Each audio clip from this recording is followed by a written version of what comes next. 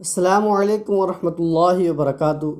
حضرات محترم، آج کی اس ویڈیو کے اندر ہم گفتگو کریں گے جو مفتی طارق مسعود ہیں ان کے حوالے سے اور ان کے مذہب کے حوالے سے، کہ ابھی ایک پوڈ کاسٹر ہے کہ جس کا نام ارشاد بھٹی ہے، جو مدد کے حوالے سے گفتگو کی، جیسا کہ اہل سنت والجماعت نبی علیہ السلام کے حوالے سے یہ عقیدہ رکھتی ہے کہ اللہ تبارک و تعالیٰ کی عطا سے نبی علیہ السلام مدد فرماتے ہیں۔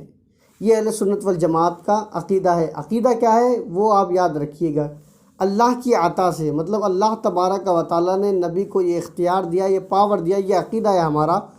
اور جب اللہ نے انہیں یہ پاور اور طاقت دے دی ہے تو اس طاقت کے ذریعے جو اللہ کی دی ہوئی ہے اسی کے ذریعے وہ لوگوں کی مدد فرماتے ہیں۔ یہ اہل سنت والجماعت کا عقیدہ ہے۔ مگر یہ جو بدعقیدے ہیں یا دیوبند سے تعلق رکھنے والے یا جماعت سے تعلق رکھنے والے حضرات ہیں اور بھی جو غیر مقلد وہابی ہے، وہ جناب والا شرک کا فتویٰ لگاتے ہوئے نظر آتے ہیں۔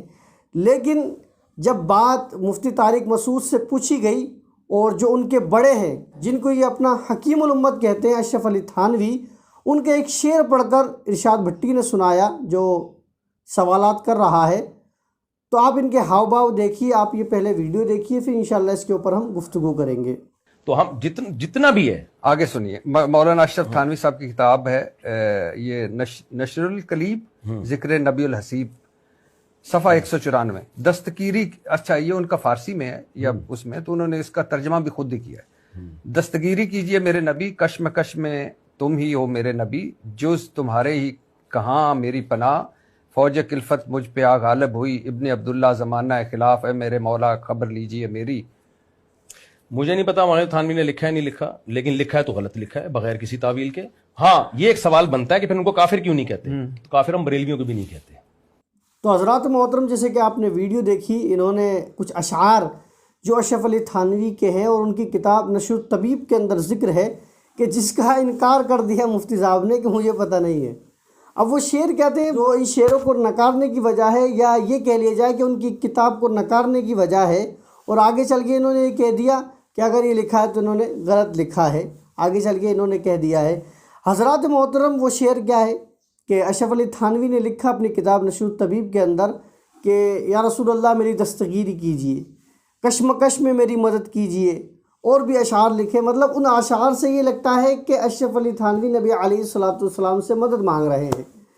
اب جب یہ بات ثابت کر دی کہ صاحب آپ یہ کہتے ہیں کہ مدد مانگنا شرک ہے، مدد مانگنے سے آدمی کافر ہو جاتا ہے،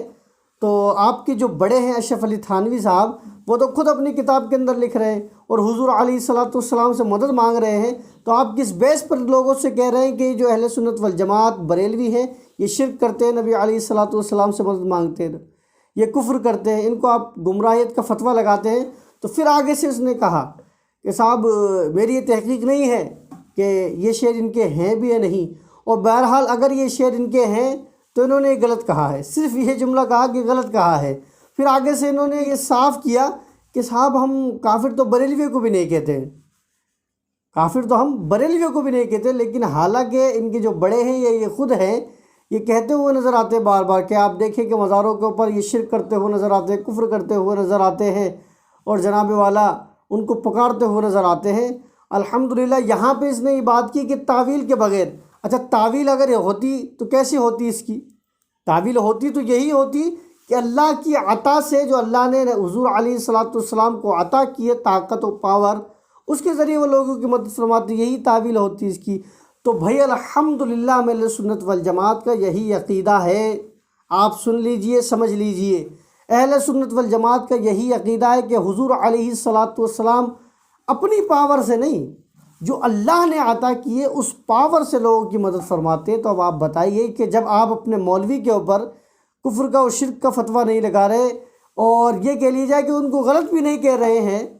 تو آپ بتائیے پھر اہل سنت والجماعت کے اوپر آپ ایسا کیسے فتویٰ لگا رہے ہیں؟ آپ کی بارہا ویڈیو ہے، آپ یہ کہتے ہیں کہ صاحب جو یہ عقیدہ رکھے حضور مدد کر سکتے ہیں، ان کے پیچھے نماز نہیں پڑھنی چاہیے، آپ کے بیانات ہیں، یوٹیوب کے اوپر موجود ہے، سوشل میڈیا کے اوپر موجود ہے، آپ یہ کہہ رہے ہیں۔ تو آپ کے جو بڑے مولوی ہیں اشرف علی تھانوی صاحب، انہوں نے تو لکھ دیا ہے اپنی کتاب کے اندر، لیکن آپ کو چٹکلے پڑھنے سے فرصت نہیں ہے، تو آپ ان کی کتاب کہاں سے پڑھیں گے؟ آپ کو پتہ ہی نہیں ہے کہ ان کی کتاب میں یہ لکھا ہوا ہے۔ آپ نے انکار کر دیا، یا تو آپ نے پڑھا نہیں، یا یہ کہ آپ نے پڑھا ہوا ہے لیکن اس کا جواب آپ کے پاس نہیں ہے، اس بنیاد پر آپ نے ان کو سرے سے ہی نکار دیا ہے۔ تو نکارنے سے کام نہیں چلے گا، اس کو آپ ظاہر کیجئے۔ اور اگر آپ اہل سنت والجماعت کو اس بنیاد پر کافر و مشرک کہتے ہیں تو پھر آپ کو چاہیے کہ آپ فتویٰ لکھیے اشرف علی تھانوی کے خلاف کہ اشرف علی تھانوی کافر تھا، آپ لکھیے۔ لیکن میں گارنٹی سے کہہ سکتا ہوں کہ آپ لکھ نہیں سکتے ہیں، آپ ان کو ڈیفینڈ ہی کرنے کی کوشش کریں گے۔ کیوں؟ کیونکہ آپ کی جماعت کی بنیاد ان پر ٹکی ہوئی ہے، آپ ان کو حکیم الامت کہتے ہیں، اور بہت سی تعریفات آپ نے اشرف علی تھانوی کے حوالے سے کر رکھی ہے۔ تو آپ کی یہ جرت تو نہیں ہو سکتی، آپ کی یہ ہمت تو نہیں ہو سکتی کہ آپ انہیں کافر کہیں۔ تو بہرحال میں آپ سے یہ کہنا چاہوں گا کہ جب آپ کی اتنی ہمت نہیں ہے کہ آپ اپنے مولوی کو اس بنیاد پر کافر کہہ سکیں، تو اب تک جو آپ نے بریلویوں کے اوپر فتویٰ لگایا ہے کفر کا، شرک کا، گمراہیت کا، تو آپ کو چاہیے کہ آپ اس سے رجوع کریں، رجوع ریکارڈ کروائیں اپنا اور توبہ کریں، لوگوں کو بتائیں کہ مجھ سے غلطی ہو گئی ہے، اپنی غلطی کو ایکسیپٹ کریں۔ بات یہاں سے یہ سمجھ میں آتی ہے کہ جب کسی مولوی کے بڑے کی بات پکڑ میں آتی ہے تو پھر وہ قرآن و حدیث کی بات اور جناب والا اصحاب کی بات کرتا ہوا نظر نہیں آتا، پھر وہ اپنے مولوی کو بچاتا ہوا نظر آتا ہے۔ تو ابھی تک جو کفر تھا اور شرک تھا، جب اپنے مولوی کی بات آئی تو اس کے اوپر یہ خاموش ہو گئے۔ اللہ تعالی ہم تمام لوگوں کو ایسے بد عقیدوں سے اور گندے عقیدے رکھنے والوں سے کہ جو حضور علیہ الصلاۃ والسلام، صحابہ اہل بیت کے خلاف، اولیاء اکرام کے خلاف عقیدے گندے ہوں، ان سے محفوظ اور ایسے لوگوں سے محفوظ مامون عطا فرمائے۔ واللہ تعالی عالم۔ السلام علیکم ورحمۃ اللہ وبرکاتہ۔